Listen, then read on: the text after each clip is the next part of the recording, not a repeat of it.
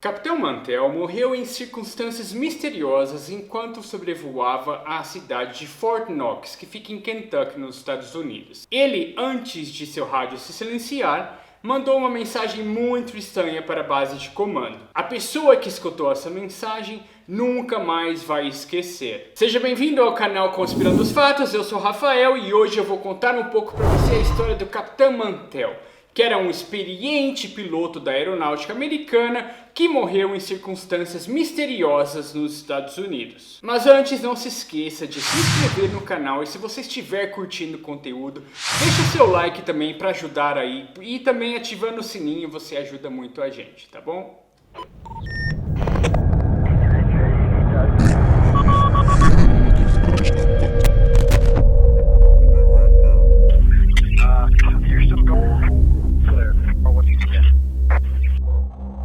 O capitão Thomas Mantell era um piloto muito experiente, com mais de 2.100 horas de voo. Ele também era veterano da Segunda Guerra Mundial, mesmo tendo recebido várias medalhas de honra, mas a mais importante, por ter participado da famosa e sangrenta Batalha da Normandia. Capitão Mantell foi declarado um herói de guerra por ter sobrevoado na Holanda em 1944, especificamente no dia 18 de setembro. Seu avião C-47 Vultures Delight era usado durante a Segunda Guerra para transportar as tropas e também puxava os aviões chamados aviões Clampers, que eram praticamente planadores sem motores que eram utilizados para transportar munição e também tropas durante as missões. Durante essa missão na Holanda, seu avião foi atingido na cauda e começou a pegar fogo. O avião praticamente perdeu todos os controles do leme, só um leme funcionava. Um dos tripulantes conseguiu apagar o fogo, mas mesmo praticamente sem controles, o Capitão Mantell decidiu continuar a missão e continuou puxando esse planador e soltou esse planador no seu alvo correto. E depois disso, ele conseguiu pousar o avião tranquilamente, sem nenhuma vítima ou sem nenhum acidente. Os seus superiores e as pessoas que analisaram o avião depois, eles não acreditavam que o Capitão Mantell teria conseguido pousar um avião naquelas condições. Os danos eram muito graves, mas mesmo assim ele conseguiu pousar o avião, provando que ele era realmente um piloto muito experiente, muito corajoso e também muito habilidoso. Depois da Segunda Guerra Mundial, ele voltou para Louisville, que era a cidade que ele sempre morou, e lá ele entrou para a Guarda Nacional, que era a espécie de uma divisão da aeronáutica. Isso foi especificamente no ano de 1947. No dia 7 de janeiro de 1948, a base aérea de Airfield, que fica em Fort Knox, em Kentucky, recebeu informações da Polícia Rodoviária de Kentucky que um OVNI estava sobrevoando a cidade de Madisonville, que também fica no estado de Kentucky.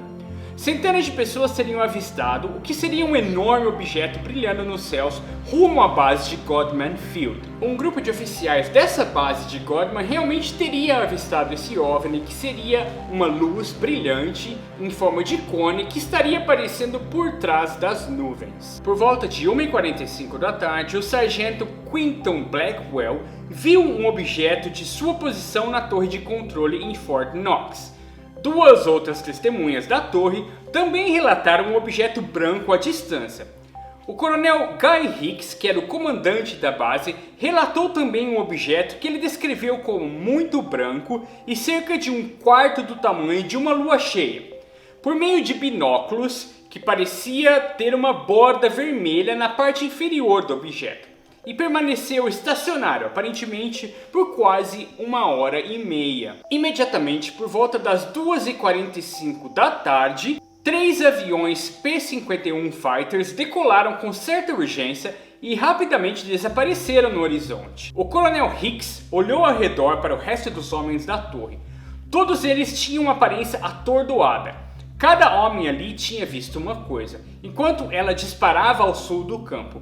Mesmo através das nuvens finas, seu brilho vermelho era eminente e todos conseguiam observar mesmo a olho nu. Pelos relatos desse oficial, o que eles viram era algo inexplicável e não parecia ser algo humano. Mas as coisas foram ficando mais impressionantes quando o rádio que estava comunicando com os aviões P-51 que teriam decolados começou a receber mensagens. A primeira mensagem era do Capitão Mantell, que era o líder do voo naquele momento. Ele, comunicando para a Torre Goldman, ele disse: "Eu avistei a coisa. Parece metálico e tem um tamanho tremendo." O Capitão Hicks estava muito impressionado com as palavras, mas ninguém falou nada. Então, Mantell continuou: "A coisa está começando a subir", disse Mantell. "É meio alto, fazendo metade da minha velocidade. Vou tentar fechar. Em 5 minutos, Mantell relatou novamente. O estranho objeto metálico tinha acelerado, agora estava fazendo movimentos a 360 graus ou até mais. Às 3h08, o ala de Mantell ligou, que era o wingman de Mantell. Ele e o outro piloto também tinham avistado o objeto estranho, mas Mantell os escalou e subiu, perdendo, os dois de vista. 7 minutos se passaram e os homens na torre suaram no silêncio. Então, às 3h15, Mantell fez um contato apressado.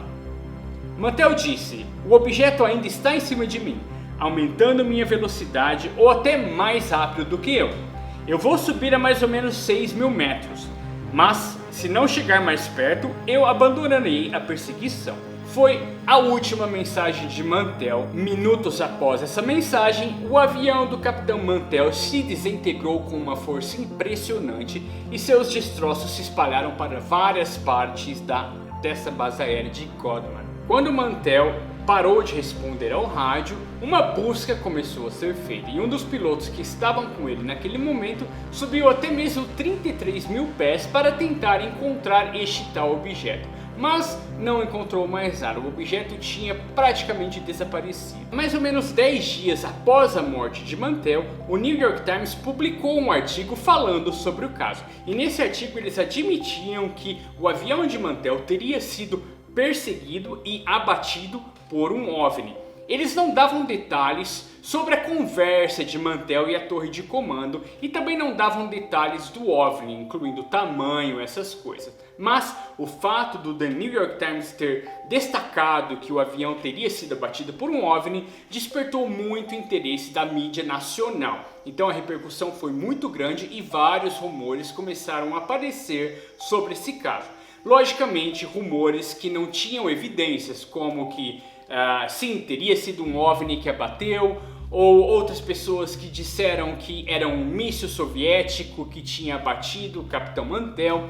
Outros disseram que os destroços do avião do Mantell continha muita radioatividade. Então, logicamente, a coisa meio que saiu do controle e várias conversas e vários rumores começaram a ser divulgados. Mas agora é importante falar para vocês sobre as explicações oficiais que foram reportadas pela aeronáutica e pelas autoridades americanas.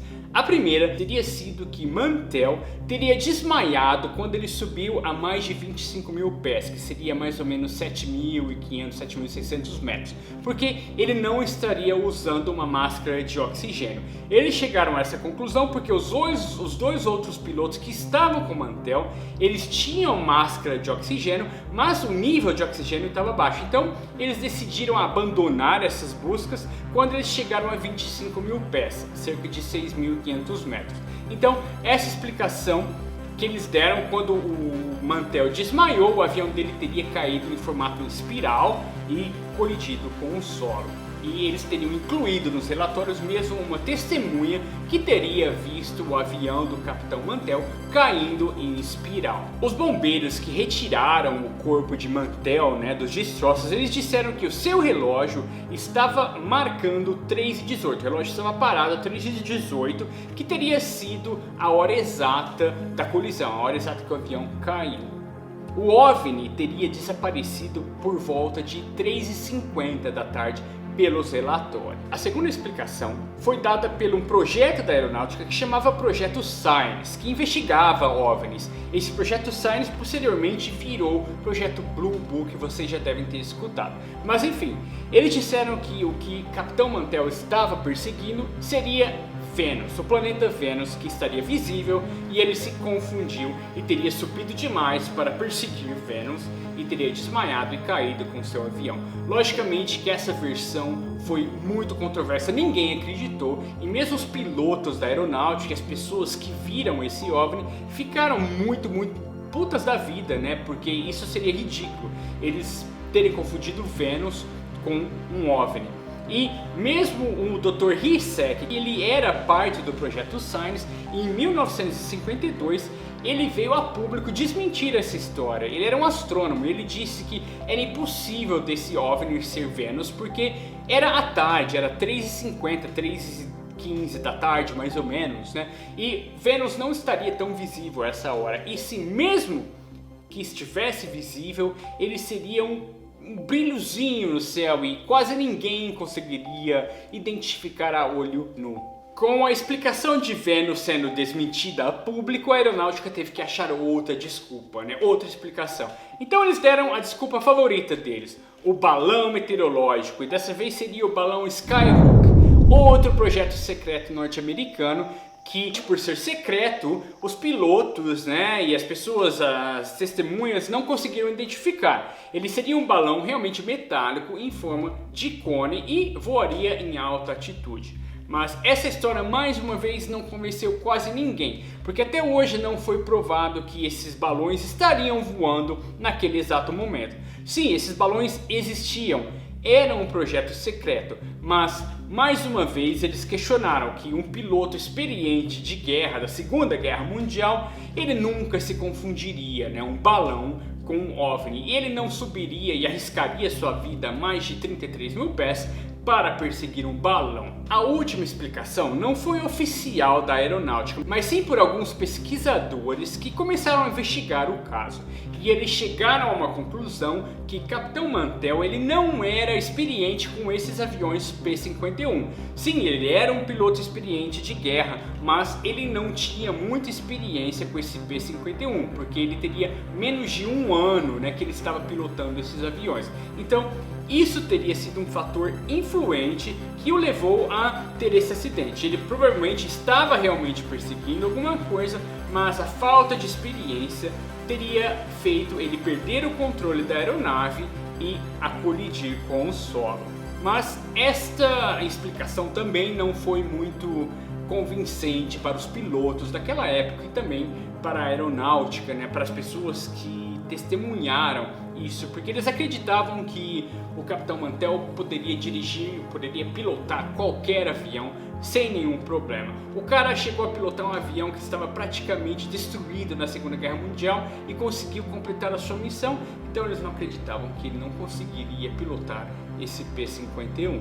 A verdade é que até hoje esse caso não tem uma solução, não há uma conclusão exata e há rumores e há relatórios por toda parte da aeronáutica, relatórios oficiais, mas eles nunca chegaram a uma conclusão, nunca explicaram o que seria. Eles tentaram essas explicações que eu te falei, mas até hoje isso é muito controverso. Isso mesmo virou até documentários nos anos 50 e também até livros. Mas e você? O que você acha? Você acha que o Capitão Mantell realmente foi abatido por um OVNI?